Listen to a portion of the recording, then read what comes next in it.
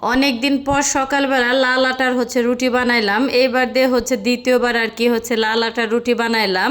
তো এই রুটিগুলি কিন্তু খেতে খুবই ভালো লাগে। আমার মনে হয় যে একটা রুটি আমি খাইতে পারি না, অর্ধেকটা খাইলে আমার পেট ভরে যায়। তো সকালবেলা লাল আটার রুটি বানাইছি, সাথে ঢেঁড়স ভাজি করছি আর ডিম ভাজি। আর যখন আর কি রুটি বানাই তখন যাই রান্না করি না কেন সাথে ডিম ভাজি থাকতেই হবে। তো আসসালামু আলাইকুম, সবাই কেমন আছেন? আশা করি ভালো আছেন। আমি আল্লাহর রহমতে অনেকটা ভালো আছি। আর আজকের ভিডিওটা কিন্তু সকাল সকালে আর কি শুরু করে দিছি। আর এটা সকালবেলা নাস্তাটাও আর কি খেয়ে নিলাম আমি। তো খাওয়া দাওয়ার পরে কিন্তু এখানে দুপুরের রান্নার সব আয়োজন আর কি শুরু করে দিছি আমি। আর এই দুপুরের রান্নার সব কিছু গোছাইতে আমার মনে হয় যে 40 থেকে 45 মিনিটের মতন চলে গেছে আমার। কারণ সব কিছু কাটাকুটি করতে, তারপর ধোয়াধুয়ি করতে কিন্তু অনেকটা সময় চলে যায়। যাই হোক, তো এখানে কিন্তু ট্যাংরা মাছ বের করে নিয়েছি। তারপর মুরগির মাংস রান্না করব। আর ট্যাংরা মাছটা আর কি সবজি দিয়ে আমি রান্না করব। আর এই ট্যাংরা মাছগুলি কিন্তু অনেক ভালো ছিল খেতে, একদম তেল তেলা টাইপের ছিল এই মাছগুলি। আর এতে এখানে কিন্তু পেঁয়াজ এবং আদা রসুন আর মরিচটা সুন্দর করে আমি ভেজে নিছি। ভাজা হওয়ার পরে কিন্তু একটুখানি পানি দিয়ে তারপর মশলাগুলি দিয়ে দিলাম। আর এইভাবে মশলাটা দিলে না সুন্দর একটা কালার আসে তরকারিতে, আর খুবই কিন্তু ভালো লাগে। যাই হোক, তো ঢাকনাদেরকে ঢেকে দিয়েছিলাম। ঝোলের পানিটা যখন সুন্দরভাবে আর কি ফুটে উঠছে, আর এই তো এখন ধুয়ে রাখা আর কি মাংসগুলি আমি দিয়ে দিলাম। এটা আর কি বাচ্চা মুরগির মাংস।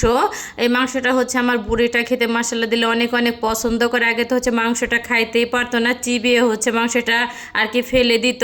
এখন মাসাল্লা দিলে আর কি মাংসটা সুন্দরভাবে চিবিয়ে আর কি গিলতে পারে। যাই হোক, আর এখানে কিন্তু মাংসটা সুন্দরভাবে আর কি কষানো হয়ে গেল। তো একটুখানি আর কি পানি দিয়ে দিলাম আমি।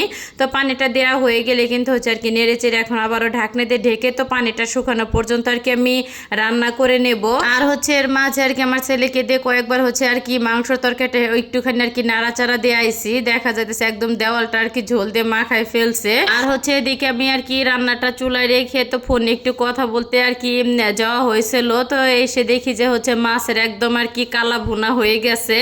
যাই হোক, কি আর করব। তারপরে তো এদিকে আবার মশলাটা সুন্দরভাবে কষিয়ে তারপরে এই যে সবজিগুলি আর কি আমি দিয়ে দিলাম। আর এই ট্যাংরা মাছটা না ধুন্দুল দিয়ে কিন্তু রান্না করলে খেতে অনেক ভালো লাগে, যেহেতু এখন সুন্দর আর কি ধুন্দুল পাওয়া যায় বাজারে। আর এদিকে কিন্তু মাংসের তরকারিটা রান্না করা হয়ে গেছে। তো লাস্টে একটুখানি আর কি জিরার গুঁড়াটা দিয়ে নেড়ে চেড়ে আর কি আমি নামিয়ে নিব। তো একদমই আর কি মাখা মাখা টাইপের আর কি রান্না করছে, যেহেতু আর কি বাচ্চা মুরগির মাংস, তো ঝোল একদম দিলে কিন্তু ভালো লাগবে না খেতে। এর জন্য আর কি মাখা মাখা করে আর কি রান্নাটা করছে। যাই হোক, তো রান্নাটা কিন্তু করা হয়ে গেছে। আর এই তো এদিকে কিন্তু সবজিটা সুন্দরভাবে সেদ্ধ হয়ে গেলে তো আমি কষিয়ে রাখা মাছগুলি দিয়ে দিলাম। তো মাছটা দেওয়ার পরে তো 5 থেকে 6 মিনিটের মতন আর কি রান্না করে নেব। আর এই তো সুন্দর করে আর কি পাতিলটা একটু ঝাঁকিয়ে দিতেছিলাম। চামচ দিয়ে নাড়াচাড়া করতে গেলে মাছটা আর কি ভেঙে যেতে পারে। আর লাস্টের দিকে একটুখানি ভাজা জিরার গুঁড়া দিয়ে তো 2-1 মিনিটের মতো রান্না করে কিন্তু আমি চুলাটা আর কি বন্ধ করে দিছি। যাই হোক, তো সব মিলে কেমন লাগলো আজকের ভিডিওটা সবার কাছে অবশ্যই কিন্তু কমেন্ট করে জানাইতে একদমই ভুলবেন না। তো ভিডিওটা আমি এইখানে শেষ করলাম। সবাই ভালো থাকবেন। আসসালামু আলাইকুম।